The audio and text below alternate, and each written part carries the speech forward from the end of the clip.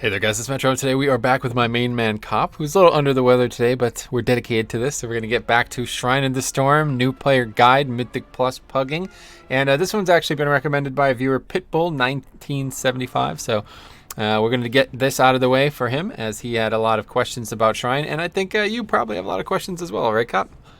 Yeah, I think I did this one once for that quest chain where you get the eyeball in your head, and that was about it. And I didn't even make it to the end because I got lost and died in the water on the way to the final boss.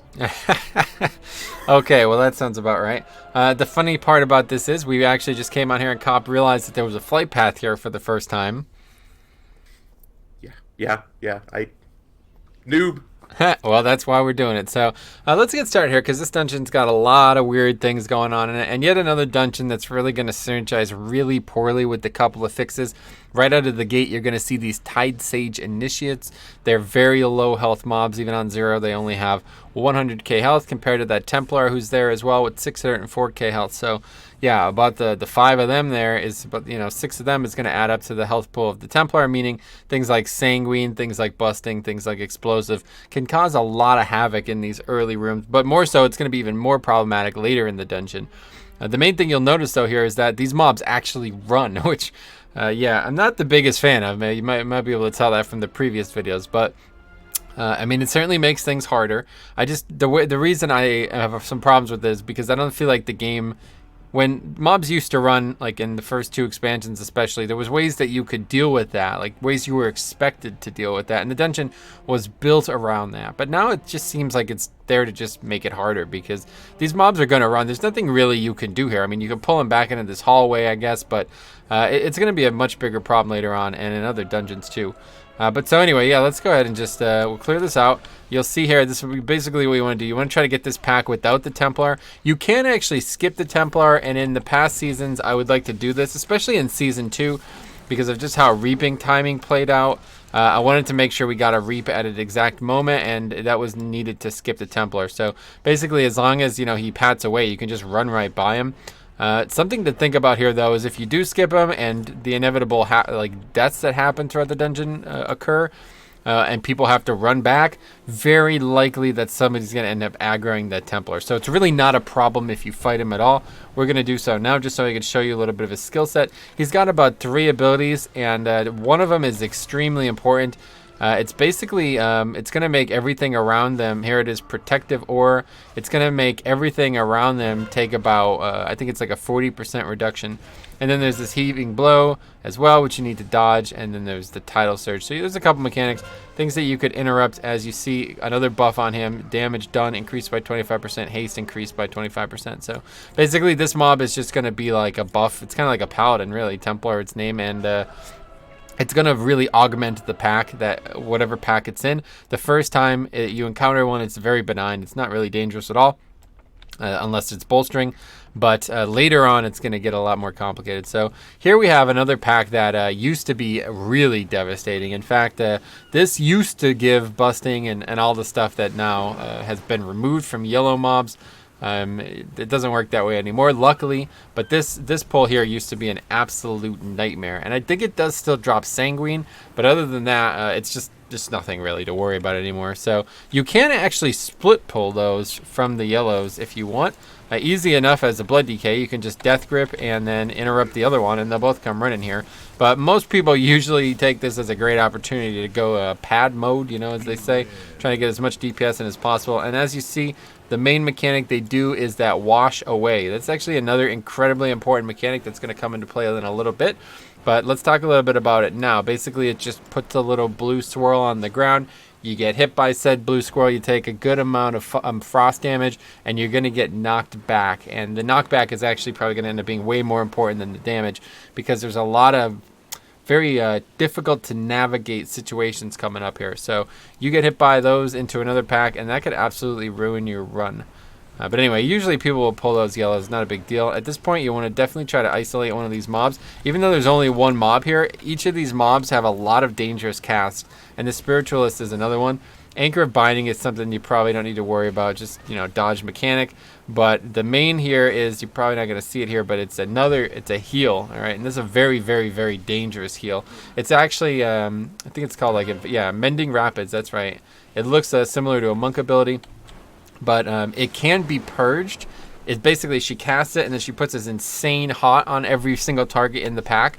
So if that happens and you can purge a couple of them, you're going to want to do that. Otherwise, you just absolutely need to interrupt. And that plus this mob here, basically, if this mob gets the protective aura off and that mob gets the heal off, the mobs are going to laugh at you. They're not going to die no matter what difficulty it is. So yeah, you just still have a lot of interrupts here. This is interrupt the dungeon, frankly. And luckily, as a Mistweaver or as a Windwalker cop, you're in really good position here. But it's also just kind of like some of the other dungeons we did where, interrupting the wrong thing isn't always it's a big mistake at times. Let's put it that way. Like, for example, these attendants coming up again, or the ones with the knockback.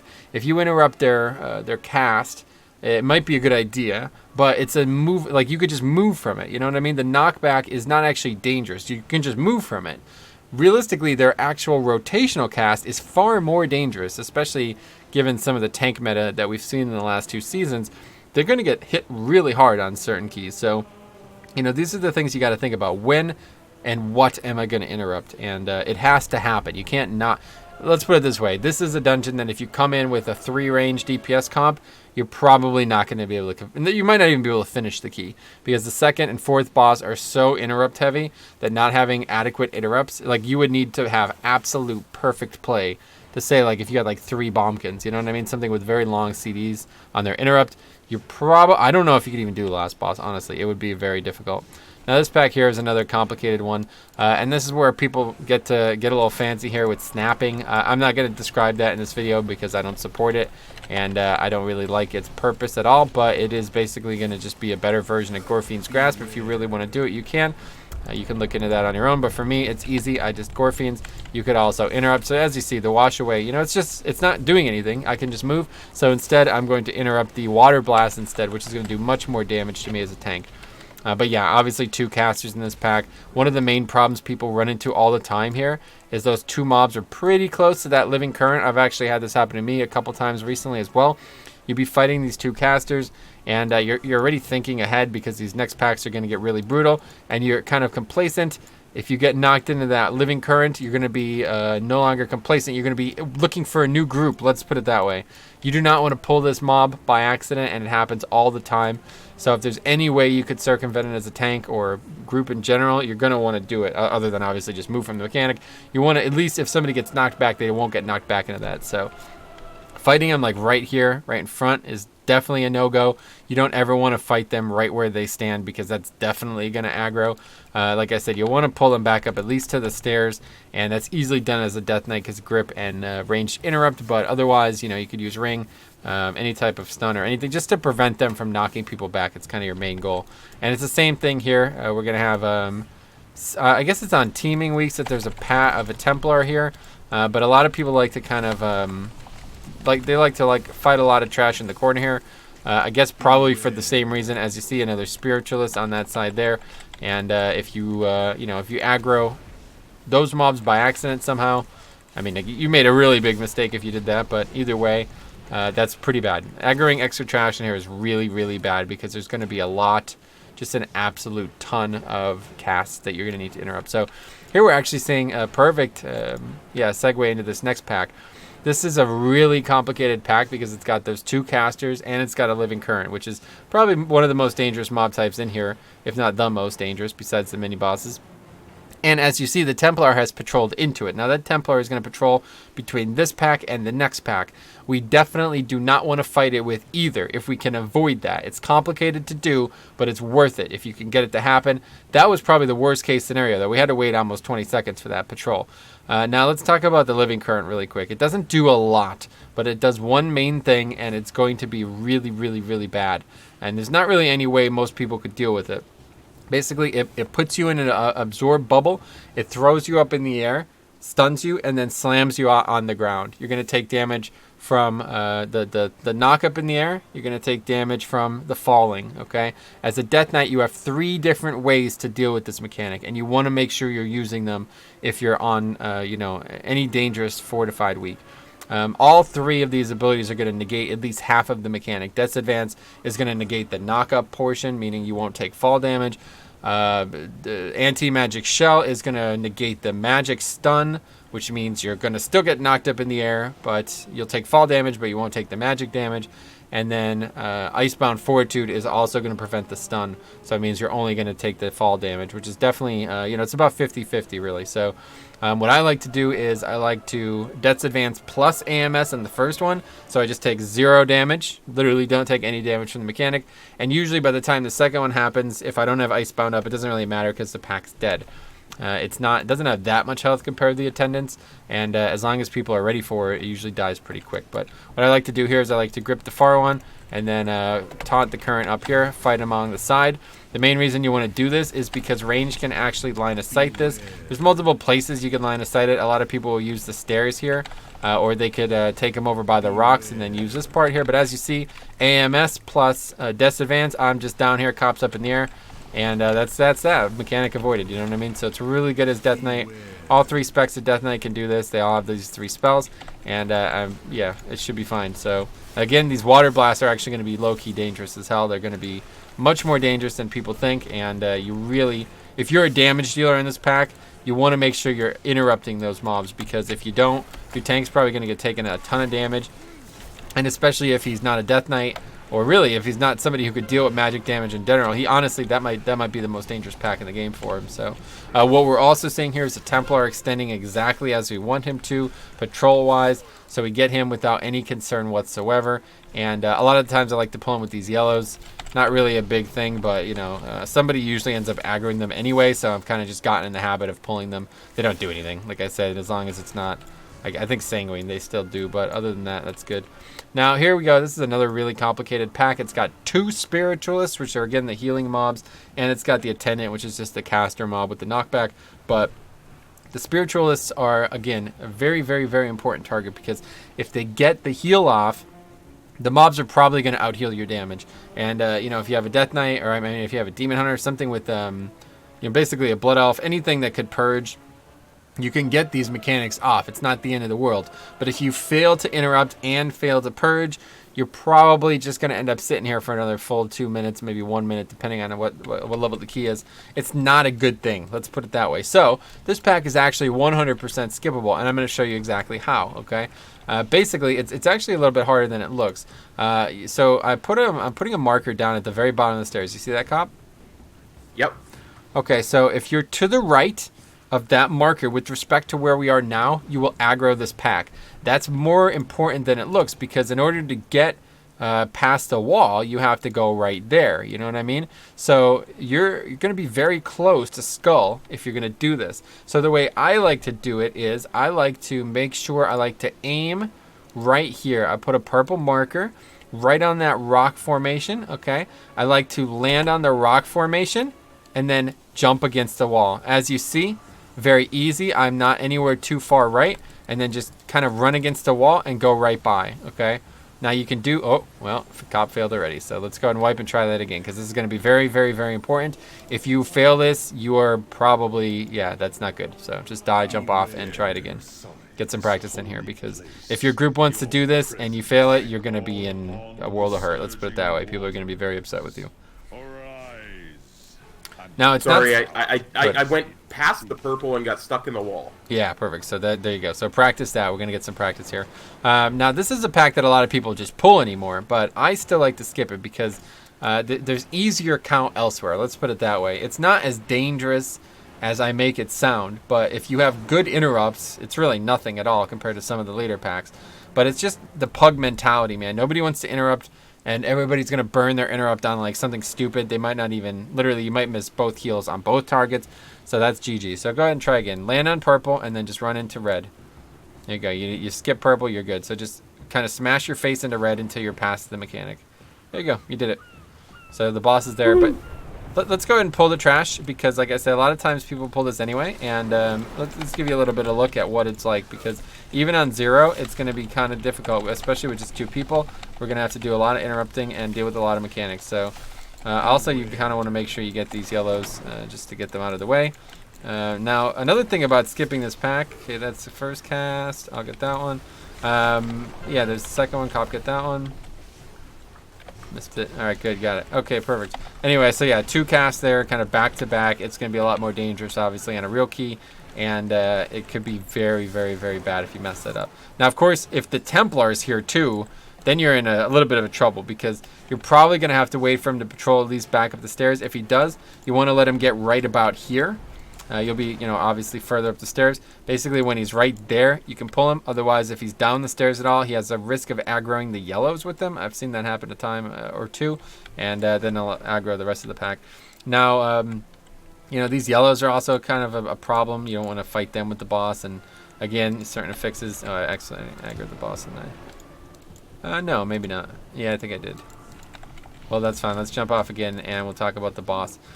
Because what I want to show is, before pulling the boss, there's actually a little bit of time gain that you could make by pulling another pack to the right. So we didn't see it because of the way we approached the dungeon here today, but there's actually a little bit of RP between when you get close to the boss and when you first engage him. Basically, when you get close to those yellow mobs, the boss is going to start like a little bit of a 30 second or so RP, and it's going to take a little bit to get him up. So instead, what I like to do is I like to grab these apprentices. I'm going to grip them up here. I'm going to get these yellows as well, obviously. And then we're going to drag them up here, because even as a Death Knight, you're going to have some trouble making sure they're not sat there casting. You see, they kind of just sit there and do whatever they like. So just get them here. These mobs, they put this little, I don't know, it's like a typhoon thing down. It's not as dangerous as it might appear. I don't know. Obviously, move out of it, but these mobs are pretty straightforward. Just interrupt them if you can. Otherwise, move. Pretty straightforward. Okay, now this boss is the Noob Buster. This is a very, very, very, very easy encounter compared to most in here. Certainly the easiest, and it's got really only one mechanic. And if you do it wrong, you're dead. You're going to get knocked off the platform. Don't get knocked off the platform. This happens all the time. He does a charge. The thing about the boss, go ahead and click the boss now, and you see his giant red ring of a hitbox. You see that giant red ring around him? Oh, yeah. That's a really big hitbox, meaning you have to be outside of that to make sure you're not hit by his charge. So it's harder than it looks, but it's still very, very easy mechanic. He's just always going to charge the direction he's facing. So you just look where he's facing, and the tentacles kind of give it away. The tentacles are kind of flapping in the breeze. If you see how they're kind of under his chin, and they're flapping the like exact direction he's going to charge. So just look at that if you're kind of confused. Also, if you guys have never noticed, whenever you target a mob, there's a little bit of a kind of like it's like a little triangle on the, you see that triangle directly in front of the boss on the hitbox? I do. Yeah, so that's also an indication of which direction he's facing. A lot of people maybe don't know that, so I just wanted to bring it up. But anyway, it's a great target for lust. You're going to want to lust on the pull. A lot of people like to lust after the ads. He's basically splits into 3 targets. When that happens, you need somebody in melee range of all 3 of them. Otherwise, they're going to cast just a random cast at a target, and it's usually not going to be the tank.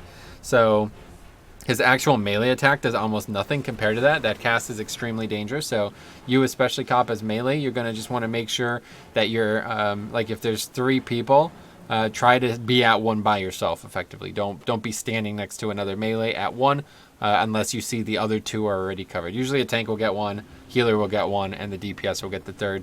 3 DPS on 1 is not a problem when that's happened like that.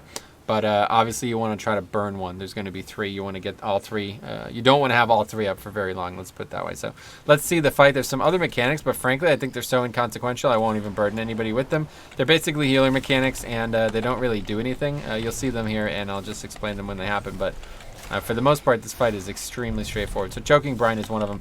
It's basically going to put a dispellable debuff on it. It's going to slow the person substantially. And that's kind of a problem on this fight, because you do have to do a bit of moving. So there's the Surging Rush. So you see which direction he's facing. And yeah, perfect. We easily dodged it, no problem. Now the thing about that debuff that Cop has on him currently is If he gets dispelled, it's then going to put a bunch of blue swirls on the ground, and those blue swirls are going to, if they get soaked, you're going to get the debuff as well. So obviously just move out of that if it gets dispelled. Undertow is a very easy mechanic as well. You're just going to get pushed back. And then Erupting Waters is the name of the mechanic that summons the 3-add. So Cop's going to go there. I'm going to stay here. Sadly, we only got 3 people. We don't have 3 people, I mean, so we'll just kill them. But about, 20 seconds into this phase, he's going to do another set of mechanics. There's another Choking Brine combo.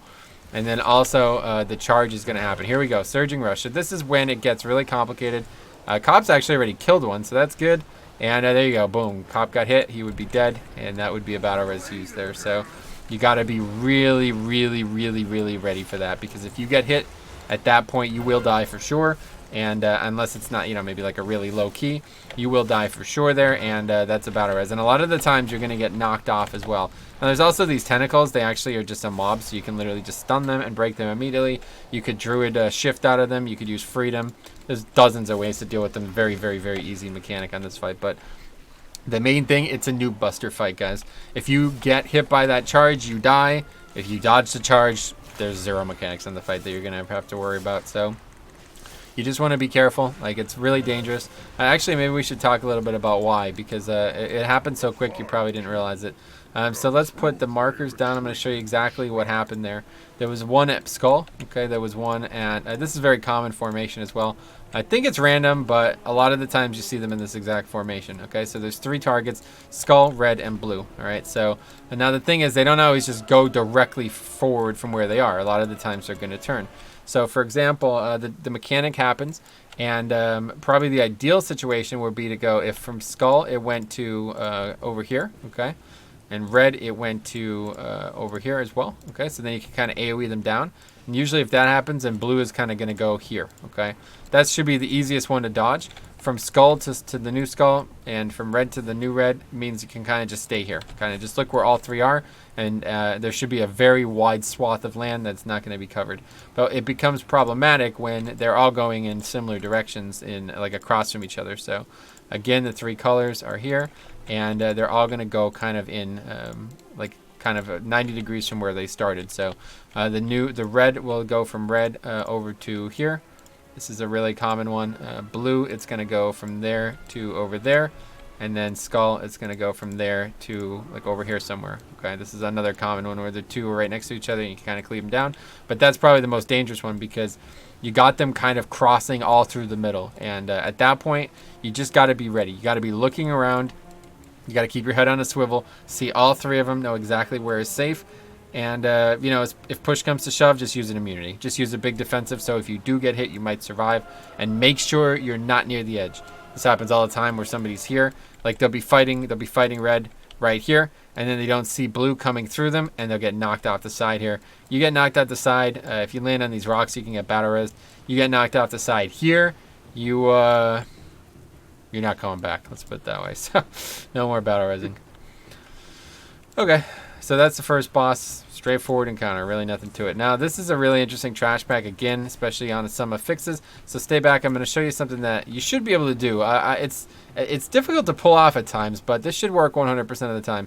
Basically what I'm going to do here is I'm going to get close enough to these initiates that they're going to split pull without aggroing the wind speaker. And this is really important on bolstering. This dungeon is another nightmare dungeon on bolstering, because there's a lot of small mobs around one really dangerous mob, and this pack especially is the worst one, because there's not really too many options. There is things you can do with Warlock Gates and Rogue. Obviously, if you have 2 Rogues, you can Shroud here. Otherwise, you're going to want to save your Shroud. But now, what you should be able to do here is just kind of hug the side here, and just don't follow me, Cop, just in case I mess it up.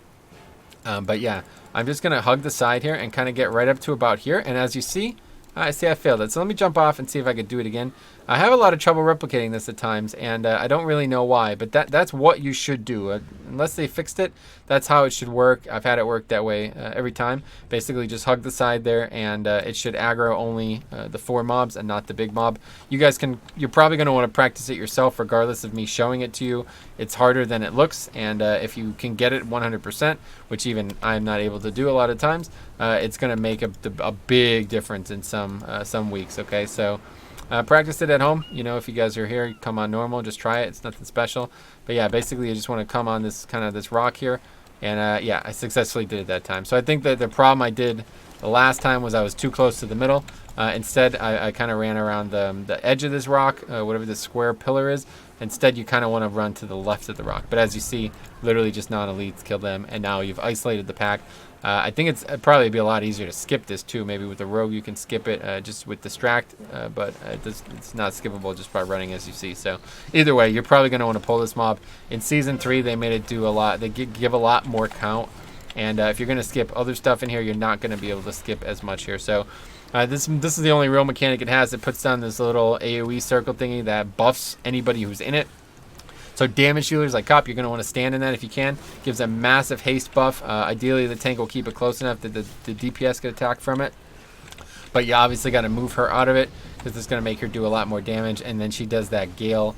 That Gale wins, and it does a ton of AoE. Okay, so you're going to have to heal through that. Really difficult on a Grievous week, something like that.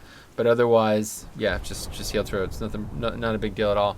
But again, if you bolster that mob 4 times, you're probably just going to die there. Honestly, it'd probably be faster to just, at that point, just wipe. Because there's no way your healer is going to keep you up for like 4 or 5 of those casts. And it's just going to be faster to die and run back. Another tip about that mob is that the first Gale Winds cast is followed. It follows. Basically, she puts the ward down, and then she casts a spell, and then she casts the Gale Wind. The spell itself is interruptible. So basically, as soon as she puts that circle down, interrupt and move the boss. If you can do this, she will move out. But the first one, it's very difficult to move her out because there's almost no time in between the 2 mechanics. It's a lot easier with a monk tank, or I guess maybe a monk in general. Do you have the taunt that makes them the speed taunt, Cop? Do you have that as Windwalker? The only taunt I have is provoke. Yeah, I know, but does it say it and moves towards you at 50% increased speed? Yes, there you go. Okay, so Windwalker, I assume Mistweaver as well can do it. Basically, what you're trying to do there is just get her to move a little bit faster, because a lot of the times, even if you do interrupt it, there's so little time in between the 2 casts, she won't move fast enough to get out of the ability. And this sounds like, minor maximization, but it's a really, really big deal on a hard key. If she's in that, she's going to do probably about 20 to 30% more damage with that ability. So, yeah, you really want to try to get her out of that if you can. All right, here's another great example about bolstering. These mobs can also be isolated, and you're just going to let them patrol to their apex and then taunt them, and they also will not aggro the Templars or the apprentices now that are there. So again, these initiates, that is, are going to be a big problem throughout this dungeon. So managing them well on a week where it's important is going to be more important than anything you would do. And otherwise, you can just AoE them down. So these apprentices are also kind of dangerous mobs. Basically, they're like a tank mob. They do this Thundering Blow. It's going to see armor reduced by 10%.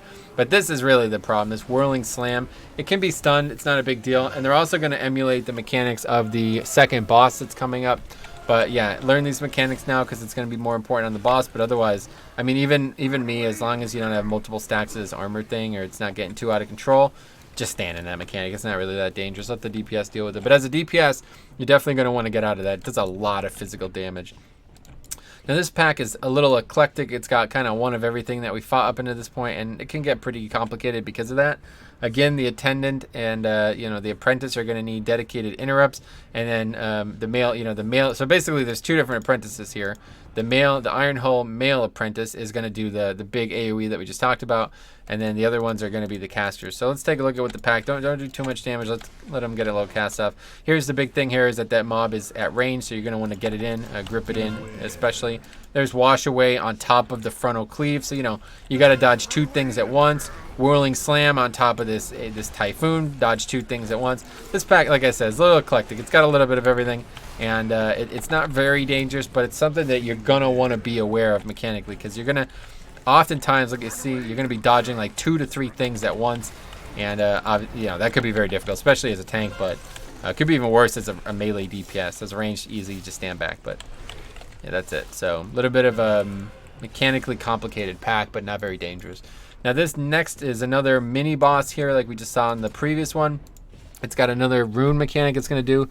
Again, both of these are emulating the boss that's upcoming, and this one is a little bit it's probably worse than the previous one because it takes a lot longer to die, and if you don't do the mechanic right, you're not going to die, but it's going to elongate the pack really substantially. So this is a really, really good time for your first shroud here, just because this pack takes really long if you don't do it perfectly, and again, with certain affixes, it's going to be really bad. Now, we're not going to skip it, obviously, but this is, you definitely just want to shroud. Just kind of hug the left here and go around the pillar there, very easy. But the reason it's a pain is because, first of all, these mobs run. So if they run over to that pack there, yeah, good luck on your next group, let's put it that way. And, you know, the best way to deal with that is just kind of pull them back. I like to kind of pull them into this hallway because then there's going to be enough room to deal with the mechanics. Those are just the same non-elites, but the Rune Weaver is the big thing. He's going to put this green circle down. When you're standing in that mechanic, you take 75 or something like that reduced damage. And that's really, really, really, really important because of this mechanic. Watch this. Carved Flesh. Okay, so it channels on a damage dealer. Even on 0, it's absolutely destroying cop. My God, that is insane. So the way you have to, if you did not get into this green circle on Mythic Plus, you would just probably get killed in two ticks of it. Nobody's going to be able to heal you through that. So again, as a tank, just keep the mob as close as possible so there's no reason that the players can't be in it the whole time. They don't even have to move out of it. That's the best way to deal with it.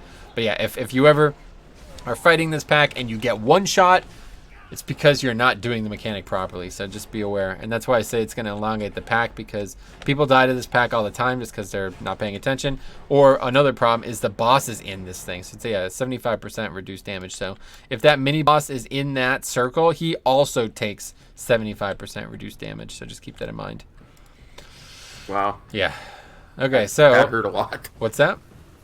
I said that hurt a lot. Dude, yeah, you almost died on 0. Like, that's nuts. Okay, so here we go. This is another really complicated pack. It's nothing new, so I'm not going to explain it, but just be aware that this could be one of the most dangerous packs in the game, in the dungeon, because a lot of tank mechanics and a lot of, again, AoEs that you're going to need to deal with.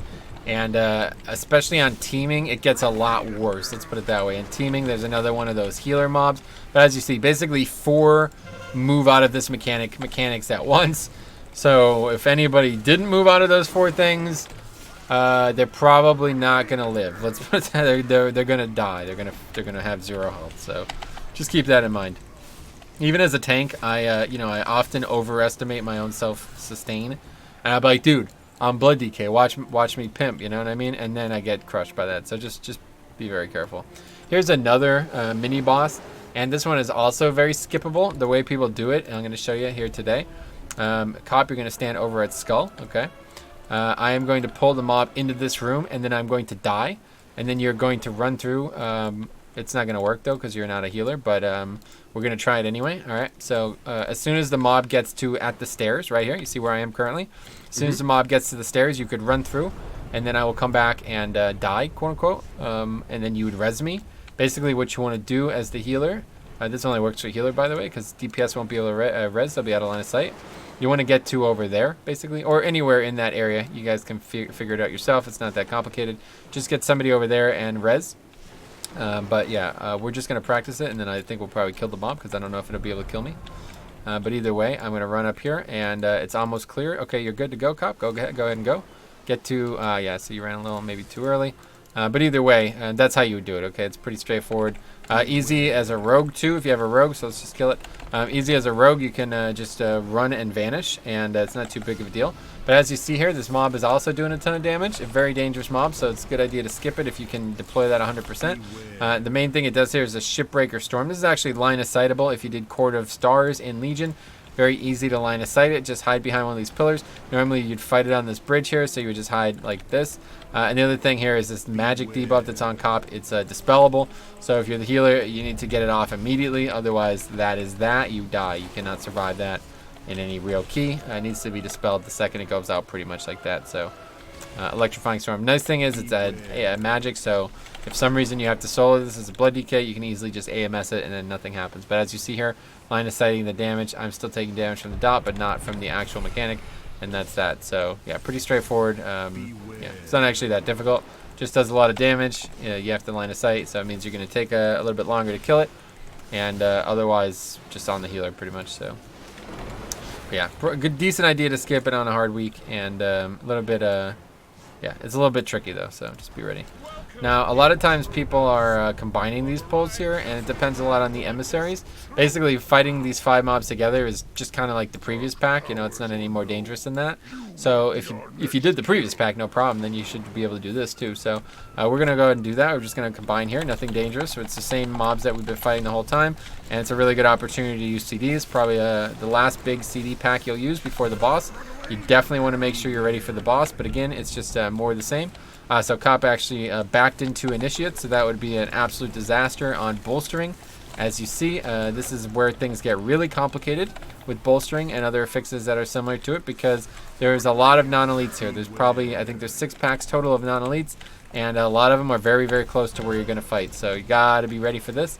But luckily, most weeks it doesn't matter at all. These mobs are trivial. So there's also another pack of these elites that are going to be wandering around. And yeah, pretty common that you pull them together. Again, with certain fixes, doing that is going to be certain death. But you know, on a regular key, you shouldn't really fear this at all. Again, they're going to run though, like we mentioned in the beginning.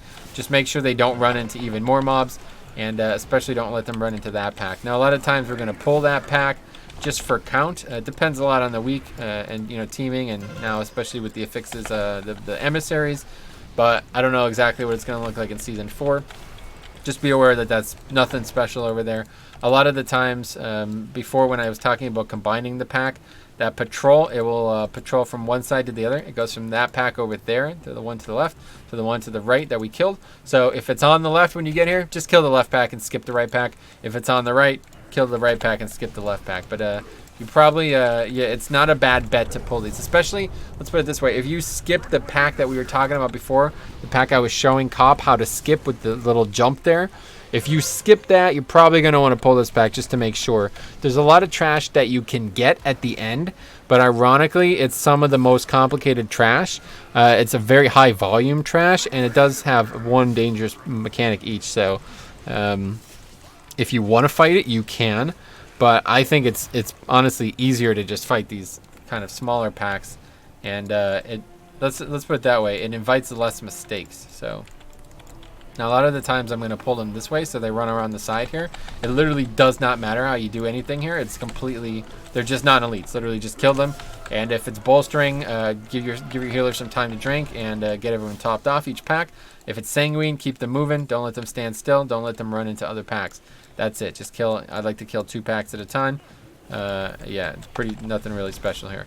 But this is where you really, really, really, really got to step your game up now at this point. This is going to be, in my opinion, this is one of the hardest bosses in the dungeon, in the game, I mean, because it is absolutely imperative that you interrupt, and if you don't, you get slaughtered. So a really often thing that happens here is you come here and you got about a minute left on Bloodlust.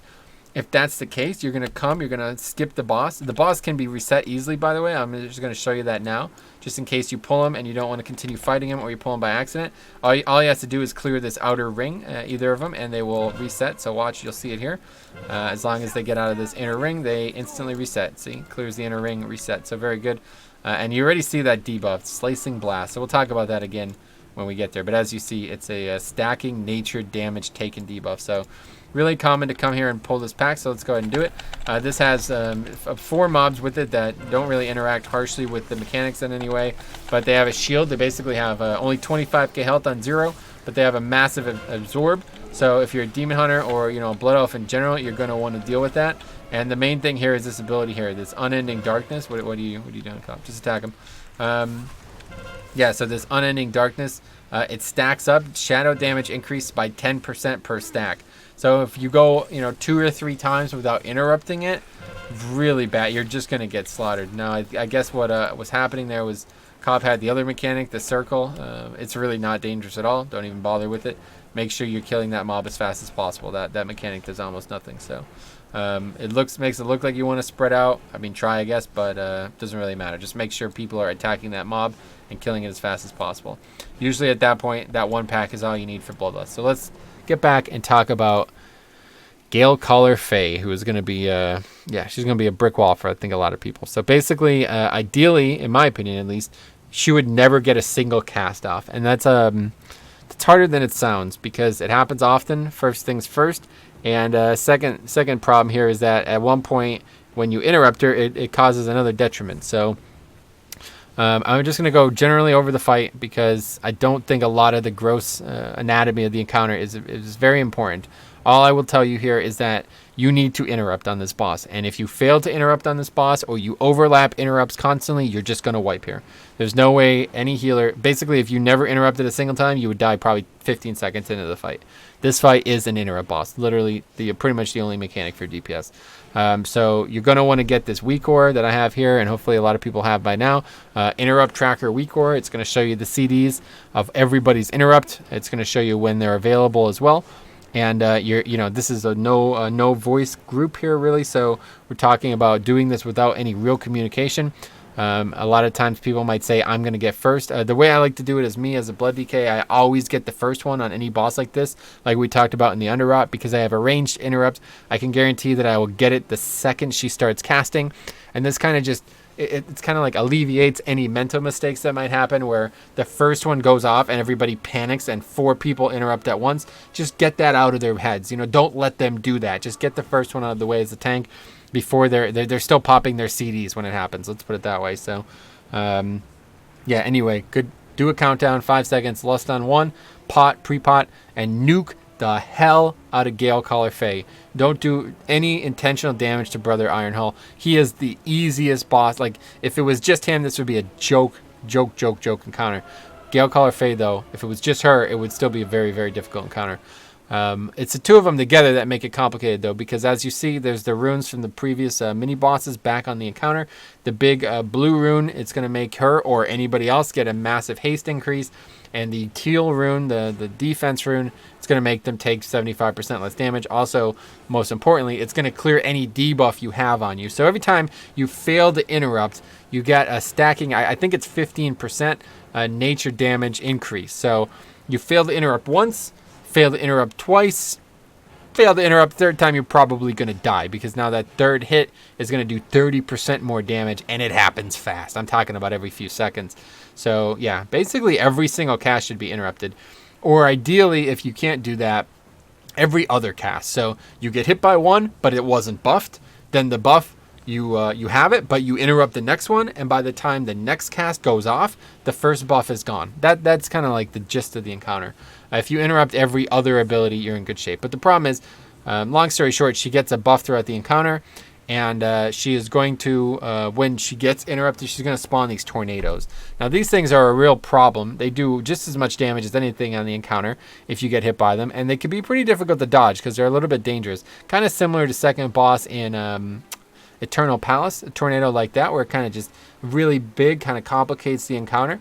But one little pro tip I can give here is this ledge, the tornadoes cannot go on it, okay? So it's actually very possible to do this even with melee. If you tank the bosses right here, right in this corner, right where, well, we aggroed, so let's test it out. But yeah, basically if you tank them right here, the tornadoes can't come here, and Cop, you'd want to stay on that ledge and fight up there. Not behind me, but on the ledge we were just on. And then no matter what, the tornadoes will never hit you. So, but as you see, we're actually getting our ass kicked by these casts already. So, yeah, it's pretty straightforward. If you want to do this, you can. It's not super reliable, but as ranged, you can just have people stand up there, and that's that. The other mechanic here, Brother Ironhull, is going to do that cleave. And yeah, let's just go and reset this. But yeah, he's going to do that cleave. It picks a player. People keep telling me that it only picks tanks. I'm not 100% sure if that's true or not. But yeah, if you see the boss doing the cleave and he's facing you, you get hit by it, you die. All right, so it's simple as that. This happens all the time with this boss, where you pull like 5, 4, 3, 2, 1, pull. He does the cleave immediately, and somebody dies like 5 globals into the fight. So as melee, don't do that. Okay, let's put it that way. Like, make sure you dodge that mechanic, because if you get hit by it, you're gonna die. You're gonna die during bloodless. That's gonna be GG. So. Yeah, let's, I guess we'll give it a try here. We had 9 stacks of the debuff, so that would have been a complete, absolute wipe. It's going to be difficult to interrupt everyone, Cop, so I'm going to get the first one, and then you get the second one, and then we'll see what happens after that, okay? But yeah, just pop all offense on Gale Caller, and yeah, hopefully we'll kill her, and you guys will see a little bit of the flavor of the fight here, because this is a very complicated encounter. And I'll get the first there, and now you'll get the next, okay? And there it is there. Okay, perfect. So now Blessing of Iron, that's his mechanic. Again, there's the cleave. Make sure nobody gets hit by that. And this is the next hit. We're going to have that one go off. This one's also going to go off, and then I will be able to interrupt after that. Again, while she's in that, she needs to be interrupted. So if you have no ranged interrupt, keep that in mind. Cop, you'll want to stand in that blue rune to get a little bit of a debuff, or a little bit. Don't stand in it. Attack the boss with it is what I mean to say. Obviously, it gets a huge haste buff. So if you could attack the boss while you're standing in it, that is what you'll want to do. Okay, now we can actually clear our stacks. Go ahead and run into this, and you'll clear your stacks of that debuff as well. So if things got out of control, you can use that teal thing to clear your debuffs, and that's pretty good, obviously. So another cleave, make sure you're dodging it, and another swiftness ward, so I'll get the interrupt as she's running. Perfect. Now again, you see this, whatever this is, Blessing of the Tempest. Being interrupted cause a blowback, creating a tornado at a nearby location. So there you go. So those are all the mechanics, and even as you see on a freaking 0, it's still extremely hectic. And yeah, make sure you're using that to clear your debuffs. Anytime you get hit by the cast, it's going to put that debuff on you, and if you get a bunch of them in succession, it's going to be very, very dangerous. So yeah, you can use that to clear. It's pretty cool. It can also clear necrotic and stuff like that too, so that's pretty good. But anyway, the other big mechanic here is the tanking wise is that mechanic there.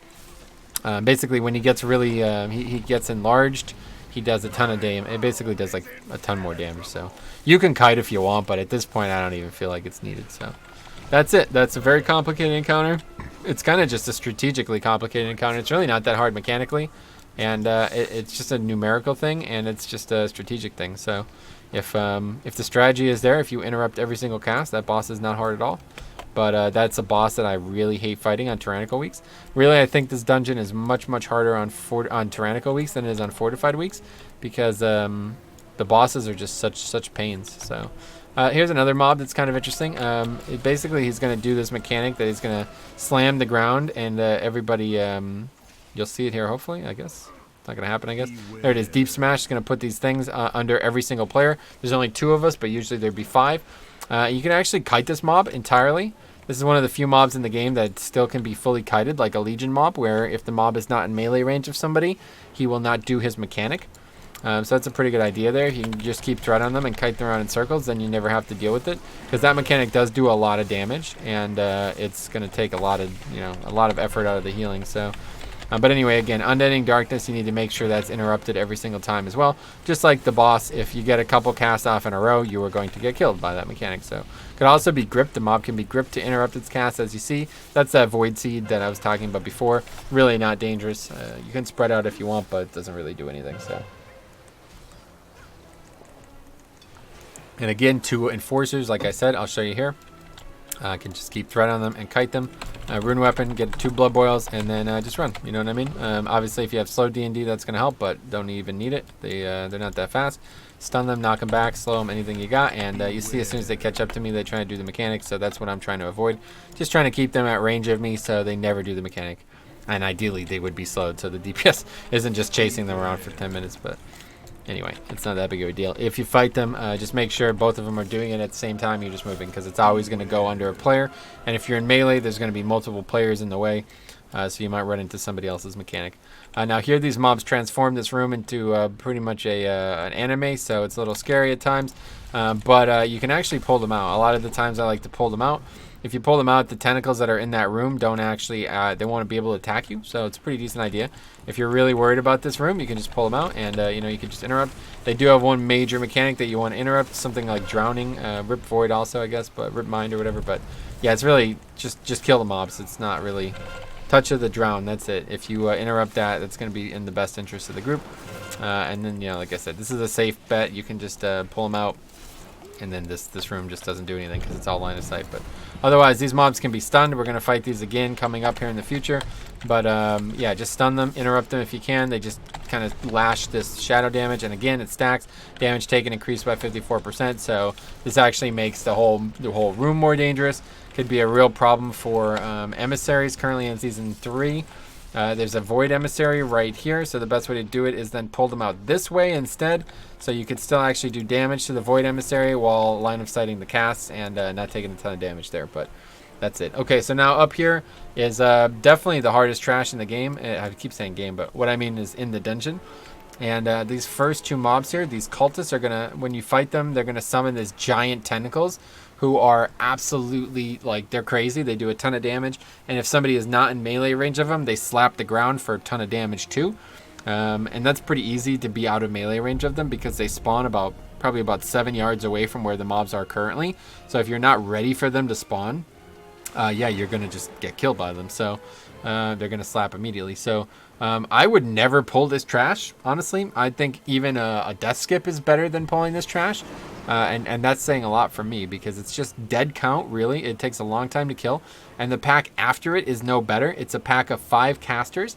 And they all do the exact same mechanics. Basically, they do this void. It's kind of like a cone in front of them. And if you get hit by that, I think you get stunned. I don't actually know the mechanics because I fight them so infrequently. All I know is they stun, they do a ton of magic damage, and they're all casters. So unless you plan on fighting them where they stand, you're going to have a lot of trouble getting them where you want them. So we're going to actually death skip it now to practice it. You could also invis-spot here, although it's a lot harder. Usually you're going to rogue skip. You almost want to bring a rogue to this dungeon just for those 2 skips. Skipping the second mini boss and then this pack here because it's really easy. Just mount up and shroud. But yeah, so what I'm going to do here is we're going to practice a death skip. I'm going to get to the end, build up runic power. Cop's going to get somewhere safe that he'll be able to, I'm going to battle res him. He's going to get somewhere safe. And then I'm going to battle res him after he dies. So you got to die first. And that's it. Pretty easy, pretty common. If you don't have a shaman, you could do something like this. So yeah, just try to get some threat on stuff. So Cop dies first. And as a tank especially, you're going to want to survive. So there's that mental assault. As you see, does a ton of damage. Yeah, it did stun you, right? Yeah, okay. So if you get hit by that, you get stunned. So yeah, obviously, even on 0, it's a... But yeah, actually, you can see those tentacles. Somehow we've managed to, like, kind of get away from them. It's kind of surprising, but... Also, there's that drowning. Does a ton of damage every second. Okay, so I got Cop battle res. Don't take it until the mobs reset. I'm going to die. And then he will... He's going to battle res me, and or he's going to just use a regular res on me, and then we will have skipped the pack. This is a really good way to do this. Again, it's going to be a lot easier to do it when you don't have to wait a minute for the mobs to die. So you're good to take it. Go ahead and take it, and then you can res me, and we hunky-dory, as they say. We've skipped the pack. Now, pretty often, if somebody dies here, you're in trouble because you're not going to be able to skip it again. So just really, really be careful with these next 2 packs because these packs are more dangerous than you think. And especially when there's an emissary here, it's really dangerous. These mobs are just a ton of those tentacles that we saw in the previous room. They're not tentacles yet, but they're about to be. And yeah, shifting dies, it says. Something seems off. Couldn't agree more. So yeah, this is another great one for AMS. Just make sure you're mitigating as much magic damage as possible. And a really, really good time for leg sweep. This is a great time. You could stun about 8 of these, maybe 12 of these mobs if you position perfectly. And that is going to reduce a ton of damage. Again, the longer they're up, the more damage they're doing, the more damage you're taking. As you see, Cobb has 35 stacks of that. So you had 35 stacks of that on a Mythic, even a 2, you'd be dead. Now, a lot of the times you're going to need both of these packs, depending on what we happened here would count. It's not really a problem at all. One tip is as soon as you cross this threshold, though, it starts the RP for the boss. So if you are planning on fighting 2 packs, kill the first pack, cross the threshold, kill the second pack. If not, run through as you're fighting the first pack, start the boss RP, come back, finish the pack as a tank, okay? Otherwise, it's the third boss. This boss is a little bit more complicated than it looks, but if you're never doing really hard keys, it's probably one of the easier bosses in the game. The reason that's a problem is because the main mechanic on the encounter is a mind control, and it's probably going to wreak havoc on 0 here even, but the way you're supposed to deal with it is there's these black kind of purple orbs chasing each individual around. There'll be 1 per person. If they reach you, they stun you, deal about probably 25% of your health and shadow damage and stun you, which is more of a problem than it sounds like it is because then the other orbs that people are kiting might hit you as well and you might die to it. But more of the problem is that it means the mind control person can't hit them. The mind control person is supposed to run through all of them and take that damage instead of the player. And it's supposed to break the mind control. That would be how the game would work if it was made by competent developers. But for some reason, they've managed to mess it up on high keys. The mobs, the orbs themselves do the same. Like, they don't do a lot of damage. I don't know what to say. It does almost no damage. So if you're doing something like 18, 19, 20, even higher, it's probably worse. what happens is you soak the orbs and they don't even do, like, it just gets worse the higher the key you go. Basically, it does this, must do the same amount of damage on every key. So if you're doing like a normal, like a 15 or something like that, this is not a problem at all. Just run through the orbs. It's going to break the mind control. That's that. The thing is, the first set, there's only going to be the 5 orbs you have. So if somebody accidentally hits one, it could be a problem. And if you broke all the orbs out and you still need to be broken, you still need to have more damage done to you, then you just have the players have to attack you. All right, this is another problem that happens on this fight is bad players don't understand this. They seem to think that it's not their responsibility. And if you get mind controlled in this fight, you basically have died because you're going to have to be killed. They're not going to be able to do anything about that. So yeah, TLDR, make sure if you're mind controlled, you're running through the orbs. If the person who ran through the orbs is not dead, then you have to finish them. Otherwise, they're going to get mind controlled permanently and they're going to have to be killed. Another, like, so the pros, the way they do this is that blue kind of tidal pool behind Lord Stormsong that we're eventually going to go down. It does damage to you. It does a lot of damage to you, actually. So the way that they do it is they just run into that pool. And there's a little bit of kind of, you have to it's a little bit finicky, but we're not going to talk about that today because unless you're doing a really hard key, you don't need to know this. So just be aware that if you cannot use the orbs for some reason, that is the other way to deal with it. So let's just go and kill the boss here. Pretty straightforward encounter. Otherwise, it's actually really nothing special, just mind controls and those orbs. That's it. He's also going to do a dispellable debuff if the healer, but I mean, this is just basic. Just dispel it, move on. Does a little bit of damage, but there's Wake in the Void. Now, another nice thing about undermanning this is there's only going to be 2 of these orbs. So, I mean, that's not necessarily a good thing because when Cop gets mind controlled, it means he's only going to have 2 of those orbs. But there it is there. Ancient Mind Bender. So you're going to run through those purple orbs. Make sure you hit all 5 of them. Ideally, there'll be 5. Right now, there's only 2. So now, I wouldn't recommend doing that on a 0. It's not going to do any damage to you. So this is probably another big mistake that people are going to make here. They're going to start running around in circles. Just stand still and take damage. You know what I mean? And there we go. We got him broken out, even though it was just me.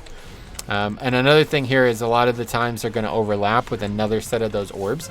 So the first one, it doesn't usually work out that way, but the second one almost always does. The second time people gets mind control, there's going to be orbs out already, and probably about 35% of the way through the mind control, there's going to be another set of orbs spawning. That's just the way the fight goes. So you would break the first set of 5, and then there would be another chance to break another set of 5 before your mind control is over, meaning you don't have to waste any damage on the person. Just be aware that at that point, depending on your keystone level, pretty good chance that you're going to actually have damaged them a little bit. And yeah, so there you go. You see it's lining up in a way that, yeah, if you were ready for it, you would have gotten that orb. So anyway, yeah, just be aware that usually you don't need 10 orbs. Let's put it that way. Almost never do you need 10 orbs. And that means probably like the 6th or 7th orb is going to break you. So if you continue to run through the orbs, you'll just die. So don't die. But yeah, there you go. So you see Cop got mind control. It doesn't really matter on this level. I can just continue the boss. But he becomes like, he's no longer my friend. And that hurts, man. That really hurts. I'm sorry, man. It wasn't my fault. I know sometimes, yeah, sometimes it's not our fault. I agree.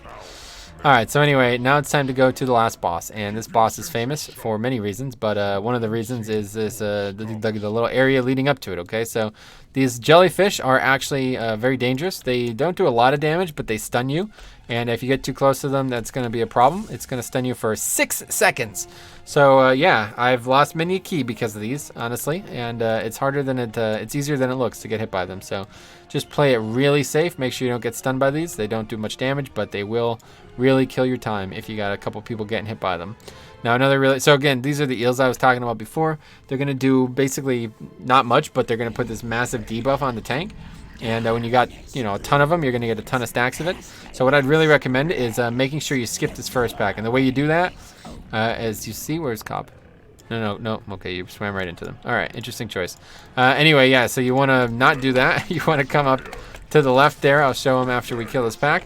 But as you see, I have this debuff on me already. Just ignore the conductive ink. That's from his trinket because he was mind controlled. But yeah, whoever they're attacking, they're going to do this abyssal strike. And it just does a ton of dot damage over time. And the more stacks you have, the more dangerous it is. So obviously you want to... you could AMS this, by the way. It's a debuff that does shadow damage, so it can be AMS. You won't take damage. But anyway, Cop, I'll show you how to skip this, all right? So you would come, hug the left here. And you see kind of like this little, it's almost like a little hole in the rocks here. That's your visual indicator. You want to just swim right through here. And then you want to get up here, right here. You see how I'm kind of underneath rocks here. That's how you know you've done it. Easy as DK as well. I can just Path of Frost, and you just want to kind of cut from where we were right to there. You see this little gap in between these two rocks with a little bit of water here. That's the direct route you want to take. If you do that, you'll skip the pack on the right, you'll skip the pack on the left. If you do it wrong, you'll probably aggro the pack on the right, which isn't a bad thing. But if you aggro the pack on the left too, you've now just created hell for yourself. So just, practice that. Make sure you know what you're doing there. Now, these mobs here are direct correlations to the boss mechanics, so you're going to want to get your familiarity here. The Forgotten Denizen, the one on the right and the left, they are basically, they don't do anything. They just cast an extremely long spell. And if that spell gets off, it does a ton of damage to you. But it also heals them to full, literally full. No matter what health they're at, they will heal to full. I think that's 100% true. Maybe I'm not right about that. But either way, it heals them a ton. So don't let it go off.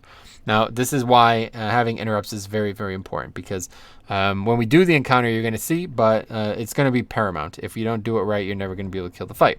The other mechanic, the other trash mob here is the Sunken Denizen. That's the one in the middle, Shaw-looking dude somehow.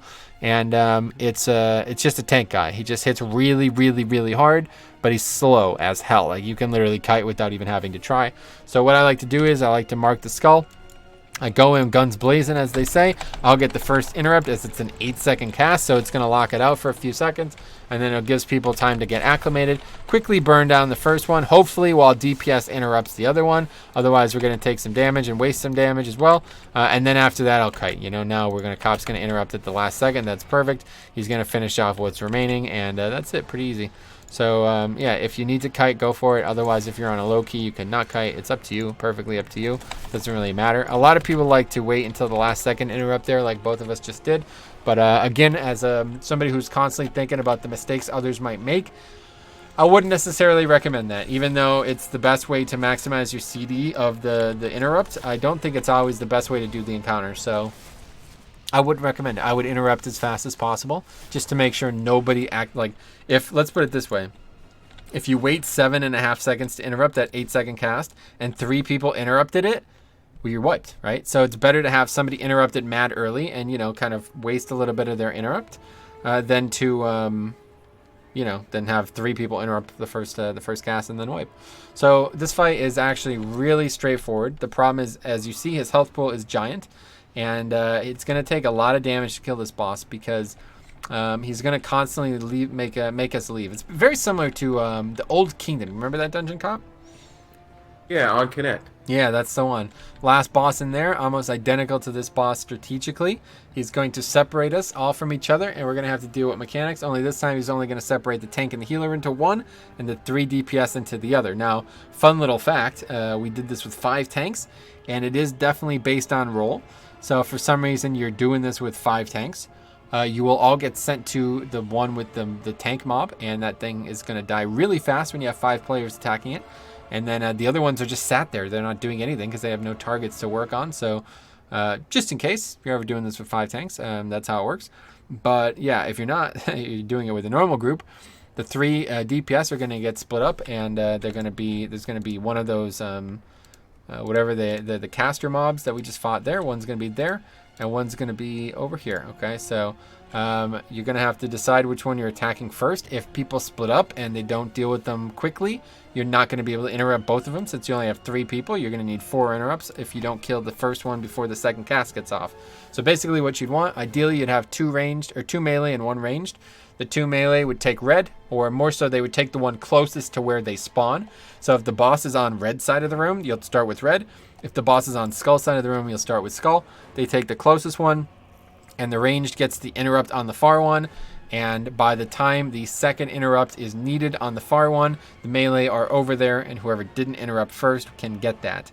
If that doesn't happen, and they have to use both their interrupts on the close one, then that just means that don't do any damage to red, because you would have wasted your time.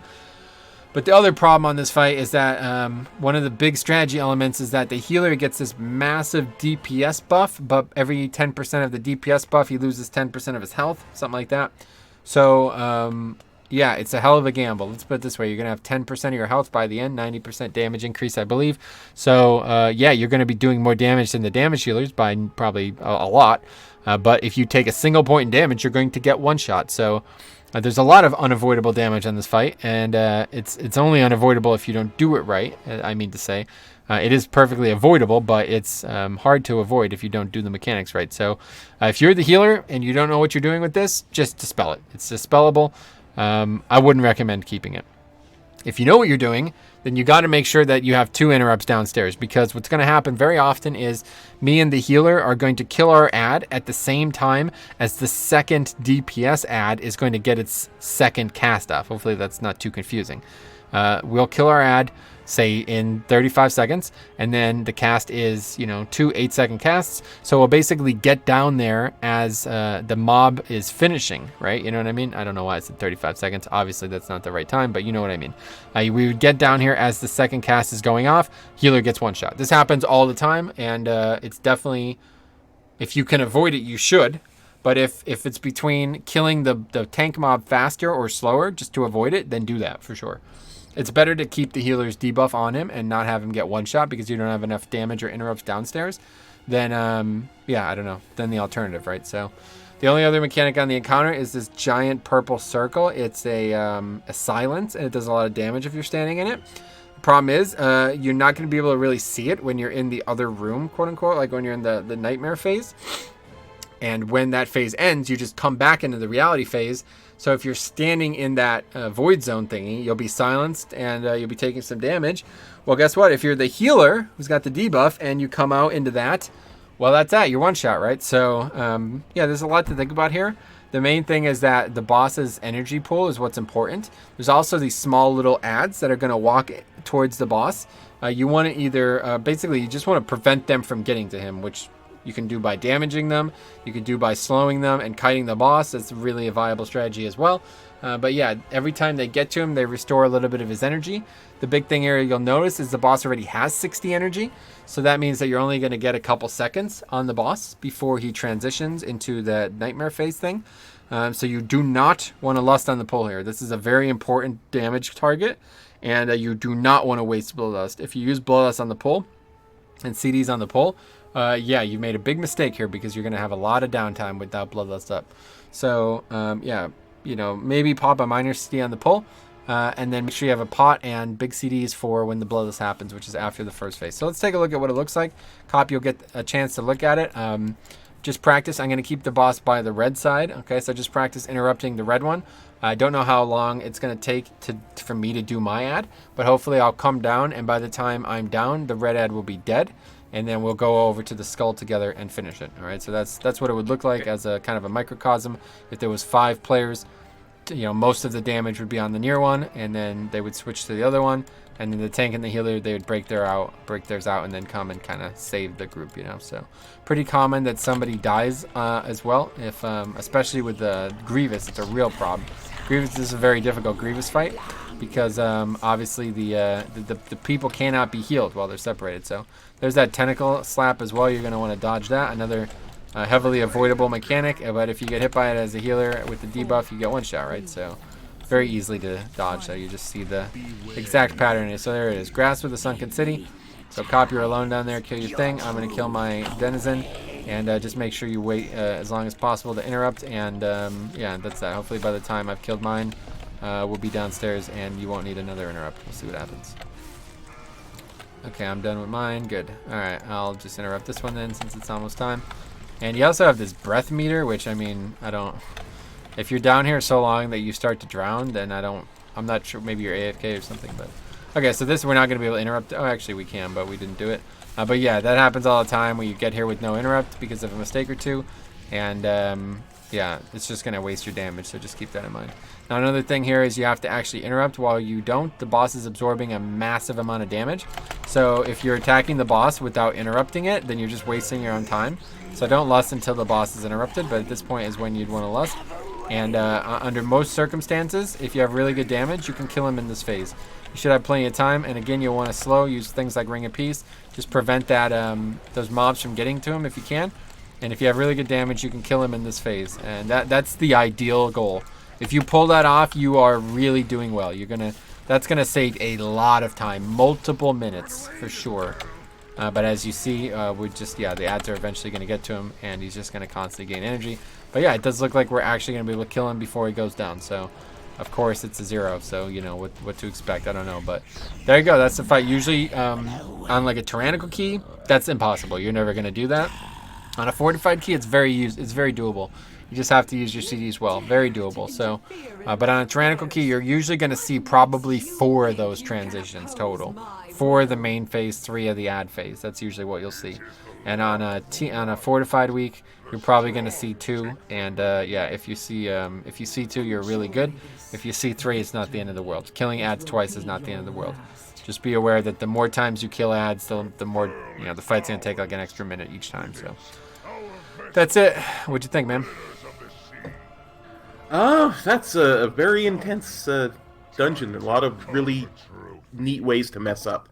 Yep, it's that's well said, because there's a lot of different ways that you could mess things up, and I think a lot of them are just going to be interrupted dependent. You know what I mean? Like, I'll tell you this. Whatever I joke about with classes, you know, when we talk about Bombkin and Shadow Priest and these things, it's unfortunately you just can't bring a lot of range, regardless of how good these classes, you know, certain classes are and are not.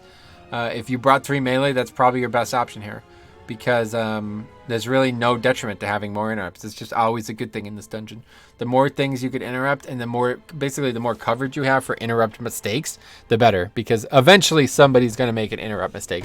It's just not going to happen where you're going to clear the whole dungeon without any interrupt mistakes unless you're really coordinated. So really good dungeon for Resto Shaman, really good dungeon for Prot Pally, because they bring extra interrupts out of their slots. Resto Shaman, of course, the only healer in the game with an interrupt, so that's really good. But yeah, 5 interrupts in the group, you'd be in really good shape. 3 interrupts in the group, you're probably okay. 2 interrupts in the group, you probably can't do it, frankly. You definitely need at least 2 DPS interrupts that are going to be up a lot, you know. So this is a big problem when you bring Demo Warlocks, because they kind of refuse to interrupt, and I understand why, but you can't really refuse to interrupt in this dungeon, frankly. If you're going to refuse to interrupt, then you can't come. And a big problem with Shadow Priest and Bombkin as well, because they have really long interrupt CDs. Kind of same with Hunter. Really, the only good option for range is Ellie Shaman, you know? So you see an Ellie Shaman, you're going to pick them. Even an Enhanced Shaman is going to be better than probably a range. So, yeah, that's that. The first boss is the Barometer. If you have a bunch of deaths on the first boss, probably just stop here, because the second and fourth boss are going to be so much more mechanically and focus intensive, I guess is the way to put it, that yeah, if you mess up that first boss, you got 3 deaths on that first boss, probably not going to have a chance. So one other thing that I just completely forgot to mention here is almost always you get to this last boss and you don't have count based on the skips that we talked about. If that's the case, you can pull the rest of these eels. They give there's a lot of mobs, but I think they give like something like 3.6% per pack only. Maybe not even that much. Maybe it's like 2 point something. They don't give a lot of count. So if you need more than like 9% when you get down here, it's going to be pretty close. I'm not very good at knowing the exact percentages. I should be, but I don't really. I just kind of go by feel. And yeah, if you pull every single one of these packs in here and you don't have count, that's GG. You're in serious trouble. So that would only have happened because you didn't follow my advice earlier in the dungeon. Basically, yeah, you know, you're going to try to skip 3 different things. And if you do that, you should have exact count. But you can't skip 4 different things. So just keep that in mind. So any closing remarks? No, it makes a lot more sense now that I understand where to go and that kind of thing. So where to go? Yeah, that's just that's an important part. Just getting to this room was impossible for me the last time I tried it. Let me put it to you that way. Yeah. So I was stuck in the water, and when they pulled the last boss, apparently there's the same as the raid in this room. The water becomes deadly, and I died. Yeah, that's a good point. If for any reason you want to die immediately, you can just run into the water while the boss is aggroed, and you'll pretty much get one shot. But yeah, this is actually this is the same room that you fight that boss in. Do you realize that? Absolutely. Yeah, I didn't know that until... I was like, yeah, this is the same one, because I remember all the wipes in this room. Yep. All right, well, that's that. So, yeah, thanks for watching. We'll see you guys in the next one. If you have any questions, let me know. Otherwise, good luck with your shrine keys. They're very, very, very difficult on tyrannical weeks, but I feel like on fortified weeks, it's not very dangerous at all, as long as you have a mastery of interrupt. So, thanks for watching. Peace. Kappa.